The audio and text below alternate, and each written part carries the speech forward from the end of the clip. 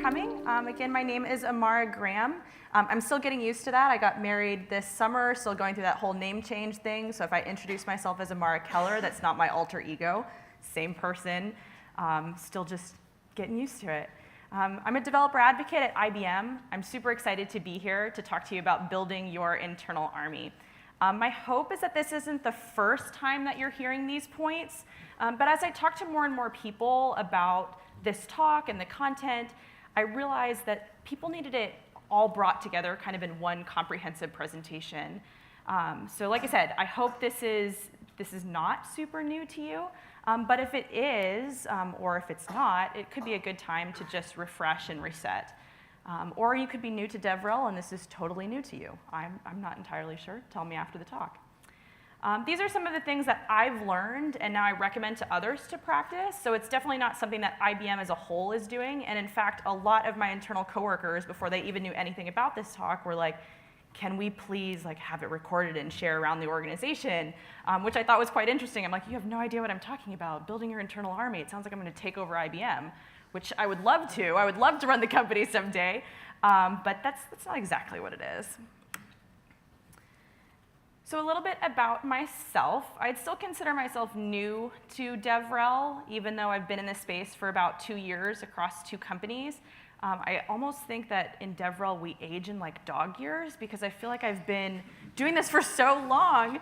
Also, this slide is not me having an existential crisis, but that's definitely me posing next to a window air conditioning unit. I spent a year working as an intern and the only software engineer at Friedrich Air Conditioning. They make window and wall units. If you visit New York, they are literally everywhere, and I want to take pictures with all of them. It was a great opportunity to work with hardware and HVAC teams, but it was crazy being the only software engineer at a company where I was getting pulled into meetings with the board and with all of the C-suite level employees because we were at the point where we were making these machines smarter air conditioning units, and I was the only one who could make them smarter. But this is a much longer story. I could probably do a whole talk about how my experience there kind of shaped my career and moving forward.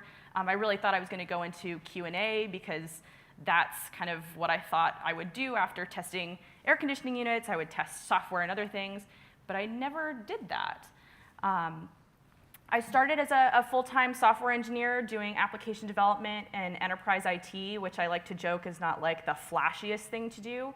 But I got to work very closely with our internal business stakeholders and customers who were just so thankful that I was making their UIs so much easier to work with, and they didn't have to train their employees forever, that they were like, anything that you do is great. And I'm like, oh, this is confidence boosting. This is awesome. I'm going to stay here forever.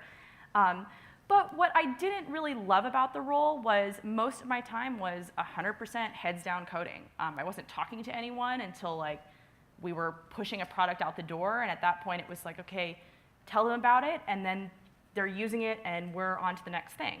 It's like, but I want to talk to people. I want to know a little bit more about their challenges. I want to know a little bit more about the other developers that are potentially working with these tools later on down the road. So we would make something, someone else would maintain it. So my coworker at the time said, hey, have you heard of this DevRel thing? Have you heard of developer advocacy? Have you heard of evangelism? I think you'd be really good at it. And I was like, I have no idea what you just said to me. Let's talk a little bit more about that. So all this to say, I ended up in DevRel. I'm now a developer advocate. And I just wanted to kind of sprinkle that into the talk because I still feel like I'm new to this space. I'm still meeting a lot of people. I'm still making a lot of friends in this community. So definitely come up to me after, introduce yourself, let me know what you're working on and where I can take my DevRel experience from here. But this other picture here is me, I think 2 weeks ago, talking at the Unity LA or Unite LA event that Unity 3D put on. It's their trade show, their big thing. They do them across the globe.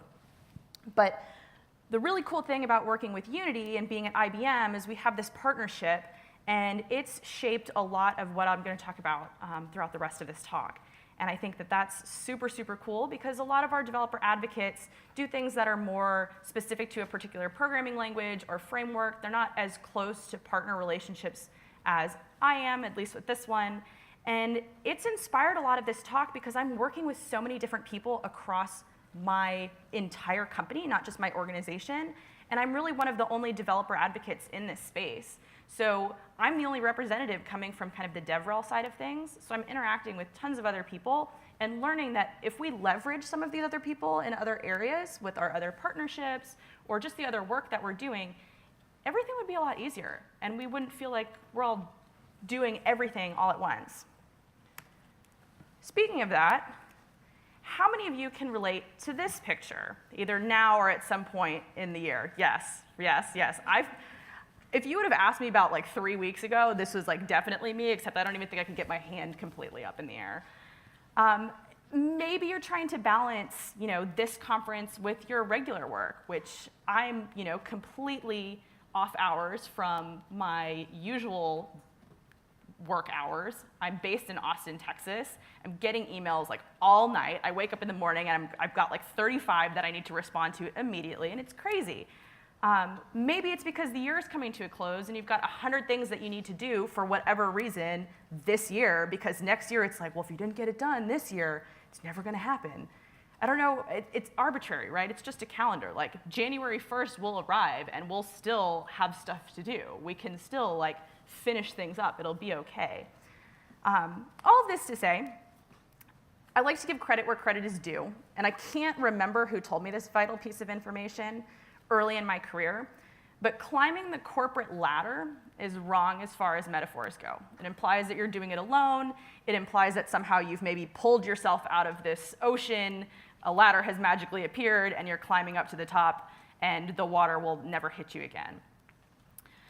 So even though you feel like you're alone, you aren't. There's other people that possibly feel like this. There's other people that maybe you could collaborate with, sync up with, and realize that, maybe you're actually all thinking that you're alone, but you're really in this together. I really like video games. I know that not everyone can relate to that. So maybe some of you have seen this. For the non-video gamers out there, this is when Link gets a sword in the Zelda franchise, and it's a meme now, and it's pretty funny. Some of them include, like, here, take this kitten, here, take this whatever. Now, I'm not suggesting we prep for meetups and meetings with swords, but I'm absolutely suggesting that it's dangerous to go alone. You're absolutely going to need help, and you're going to need an army, but it's going to take a little bit of work.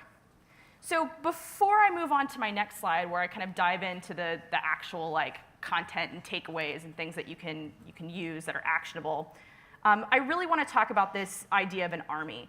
So originally, the title of this talk was building your, I think it was, I'm trying to remember the exact term, but I used the word ally.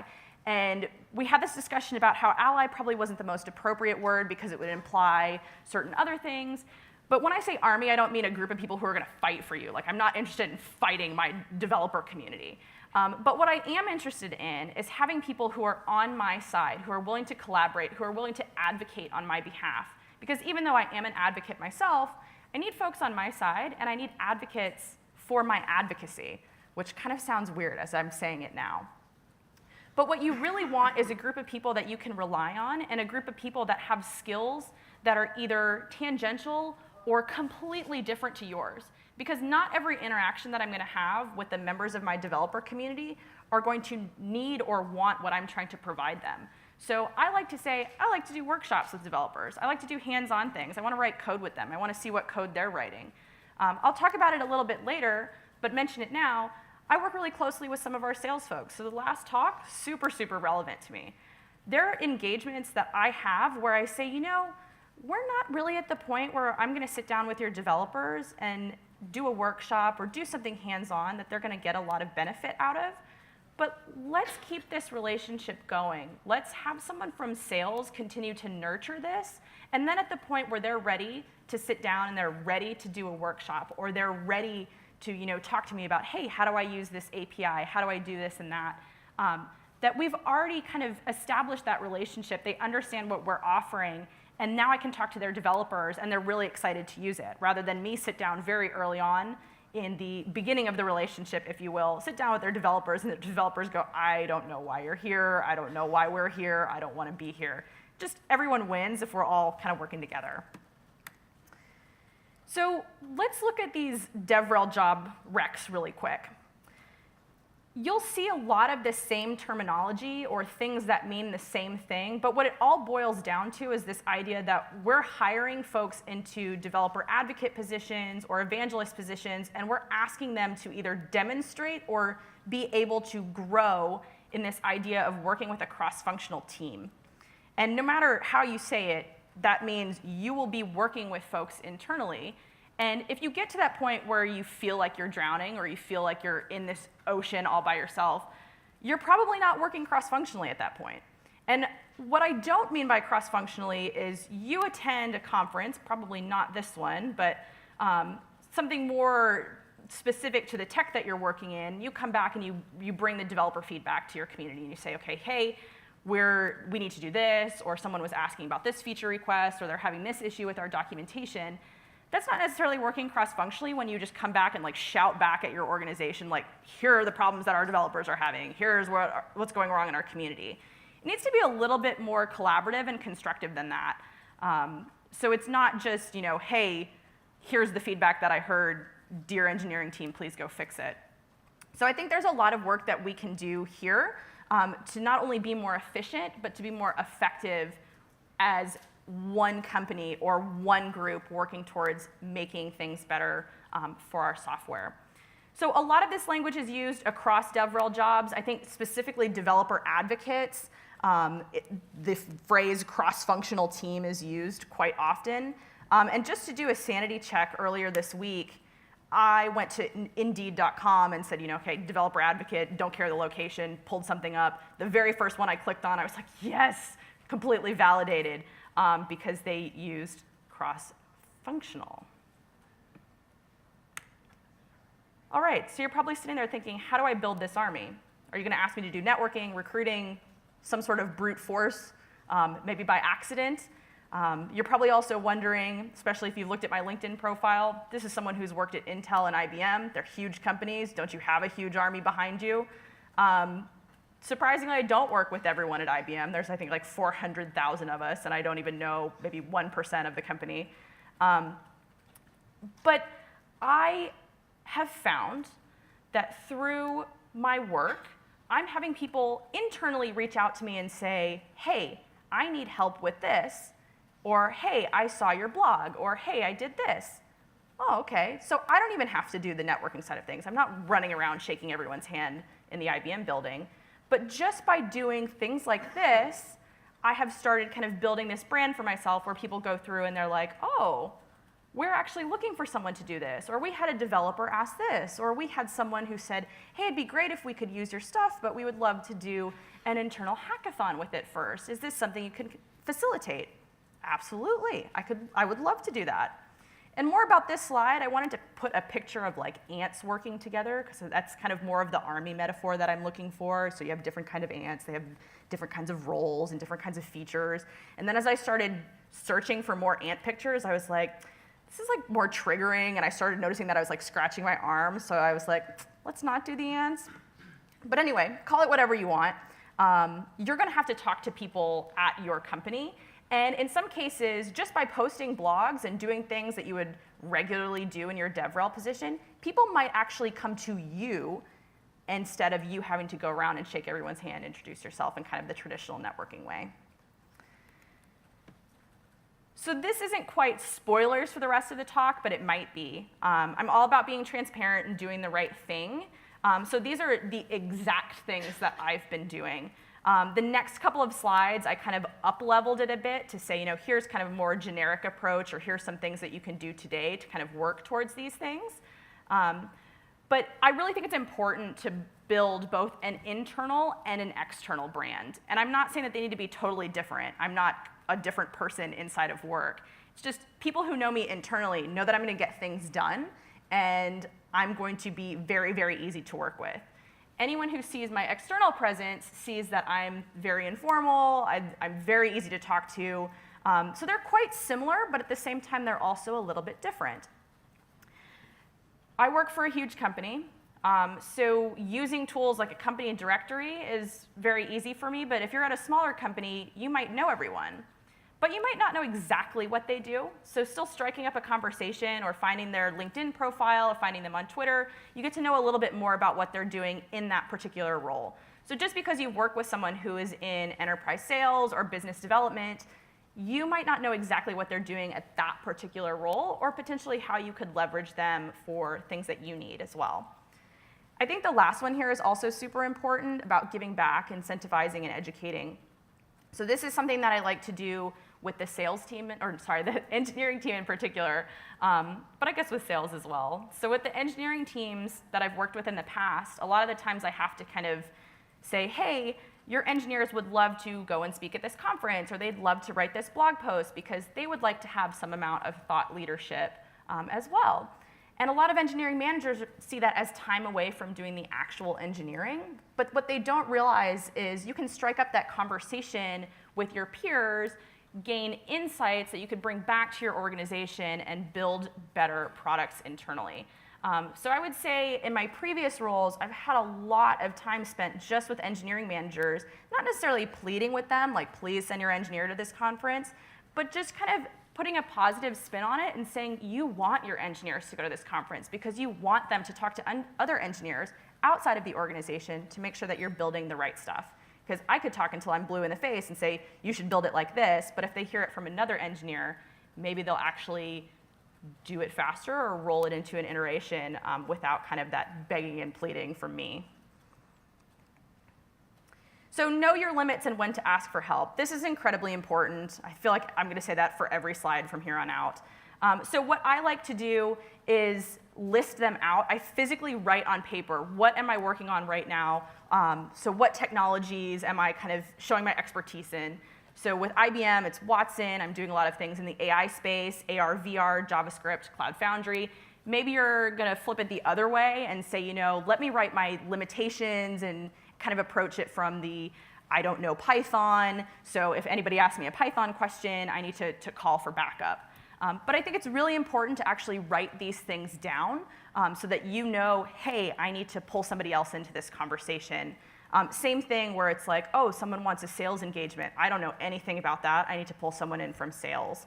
Time and bandwidth is also incredibly important. And you need to be honest with yourself and everyone. If you say yes just constantly, you're going to get bombarded. And people are going to be like, oh, great, she'll do anything and everything. Let me throw all my work on her. Burnout is incredibly real, and I'm sure there's a talk going on about it today. And then, of course, as much as I hate to admit it, I can't do everything. I would love to do it. I'm like completely a people pleaser. If I could do everything by myself, I would, but that's completely unrealistic, right? Know where to get help. I feel like I don't have to go through much of this slide, particularly because the previous talk went into enterprise sales and working very closely with them. But one of the key things here I want to point out is learn to speak their language. So I have sales highlighted here or asterisked here because I love picking on them. And that's mostly because I could never do their job, and I really respect them for that. But I really love working with them because of what I was mentioning earlier. Sometimes engagements with me or between me and someone's developers don't really make sense. But if I say, hey, person in sales, can you continue to nurture this relationship and let me know when they are ready to do something like a workshop? They get it. And particularly with marketing, if I say, hey, I have this lead, but they don't really know where they need to go in like AI, for instance, we can find the right people, or I can find the right people to kind of keep that going until they're ready to say, you know, hey, I really want to use Watson Discovery, or I really want to use one of your other APIs. But learning to speak their language is great. And that's all of the IBMers. So your company probably looks like this. My company looks more like that, and on and on and on. Introducing yourself. So this is one of the things that I love to tell people to do. It's think of a modified elevator pitch, but remember that you and DevRel are potentially doing something that's new to either your organization or still new to the people that you're working with. So not only do you have to introduce yourself, you have to introduce what are you as someone in DevRel doing at your organization, and how is it potentially different from anything they've interacted with in the past in the DevRel space. It's also important at this point to say, here are my metrics, or here are my intentions, my goals, whatever you want to call them, specific to the kind of engagement or whatever you're asking that other person to do. So I know that there's this really healthy tension between DevRel and sales, because it's like, oh, well, if we talk to sales, they're going to take our leads, and then we're never going to get credit for it, and they're going to get credit for it. And that seems ridiculous to me. If I say, hey, my goal is to get this person landed on our platform, I want them to work efficiently, I don't want them to be frustrated with the process, and sales goal is I want them to sign this contract because that's pretty much the route that they're going, we can meet in the middle and everything works. We're not fighting each other. We're not taking each other's credit. We're working together to get something done. And ideally, if I'm going kind of the bottom-up approach, and I'm saying, here, developers, this is how you use it, and they're going, hey, C-level employee, here's the thing that we want to offer you. Ideally, if we work bottom-up, top-down, they're going to meet in the middle by the time something is signed, or by the time that they've decided as an organization that they want to use our product or our framework, and everyone wins. I was in a position where I had been forced to use a platform that wasn't going to solve any of the needs that we had in engineering at the time. And that sucks. And I don't want that to happen to anyone else. And that's, oh, I was like, why did I put the airplane in? But it's the idea of introducing yourself. A lot of people think, oh, you're a developer advocate. You just like fly around, you do conferences, you talk to people, which is partly true. But some of the things that they don't understand that I do when I'm back at my desk, like building specific code snippets or presentations for organizations. So that was my cue to say, hey, I'm not just a world traveler. Yeah, there we go. So here's where I put the ants. And before anyone's like, I can't see that because it's brown ants on a black background, here's some contrast for you. So being a team player, don't just show people what you do, or sorry, take a show, don't just tell approach. So don't just say, hey, here's this great opportunity to have me talk at this conference, maybe talk with a partner on stage, like, isn't this all great? Actually show the folks that you're working with internally what that looks like. And maybe that's inviting them out to a conference or inviting them in to do booth work. Because I think when they see it, they get it a lot better than looking at like, oh my gosh, how much money did you just spend on a sponsorship? Like, why are you doing this like booth activity, or why are you doing this hackathon? And of course, like I mentioned before, there is this healthy tension between some organizations. Again, picking on sales because they're my favorite one here. But using Unity as an example, we had a really great experience where we had folks coming up to the booth and saying, I want some sort of sales engagement here. I am ready to use Watson. I really want to get started, and I know that I'm going to like blow through all of the tiers that you have listed there. Let's have a discussion.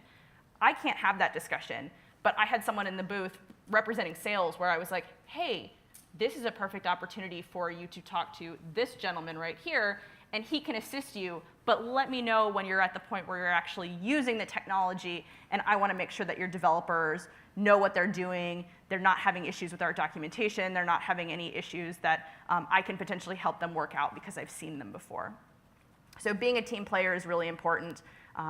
Leveraging the other folks, particularly at Unity, was really great because I got to pull people up and say, hey, this sounds like something that's more business development oriented, or hey, this sounds more like partner marketing. Let's get this person involved because that's just not a language that I speak at this point. So a quick recap, network internally or drown, obviously, right? And then it's dangerous to go alone. Take this. How about instead of taking a sword and fighting your developers, you take the rest of the team in your organization or your company with you. And of course, you probably don't look like super excited Link that's like, yeah. You probably look more like this, because we're all avocados, right? Thank you so much. Again, my name is Amara Graham. You can follow me on the internet. I'm everywhere. You can either look me up as Amara Keller or Amara Graham. But thank you so much.